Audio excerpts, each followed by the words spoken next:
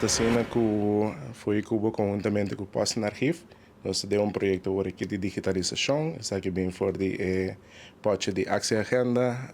digitaliseren en toegankelijk maken die archivo. Anto, em verdade, agora aqui nós começamos o projeto na januário. Anto, pouco a pouco nós começamos a parte de a nossa primeira fase, que é parte de infraestrutura digital, onde nós para invertir um ticket é parte de opslag digital, que significa é parte do NAS systeem que nós temos, na onde nós estamos tu nosso arquivo digital eigenlijk. Então, nós somos um time chiquito, pero hope contento que o resultado, aunque maneira me mencionar, essa aqui de a primeira fase, pero esta nós realizar também quanto material nós temos, que, por exemplo, a parte de foto que se nós canta hope portret, nós preparamos quase 60.000 portret, qual agora aqui está na Posten Archivo. Então, pouco a pouco, nós vamos chegar na seguinte fase, onde nós vamos registrar isso aqui, então, eventualmente, digitalizar de novo. Então, a meta principal é para, op een gegeven moment, nós por, como dizer,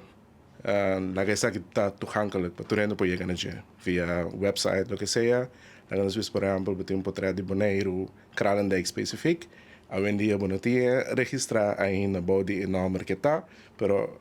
no momento torrendo por chegar, então você escrever Kralendijk Bonaire, então tudo o que tem de marca Kralendijk Bonaire lo aparece. Nós temos parte de fundo que é destinado que nós vamos invertir em uma aparatura de digitalização, então via essa que nós podemos digitalizar book, portrait, documento e de todo que tem a ver com o projeto. Foi em ano 98 foi que eu estava documentando e também rescatando o patrimônio cultural de Bonaire, via diferentes coisas, por exemplo, o miratório booking nos traz portrait, entrevista com diferentes pessoas, pero sempre ela queda em fui como só e com o projeto aqui, finalmente nós podemos fazer isso aqui acessível também para todo mundo para chegar a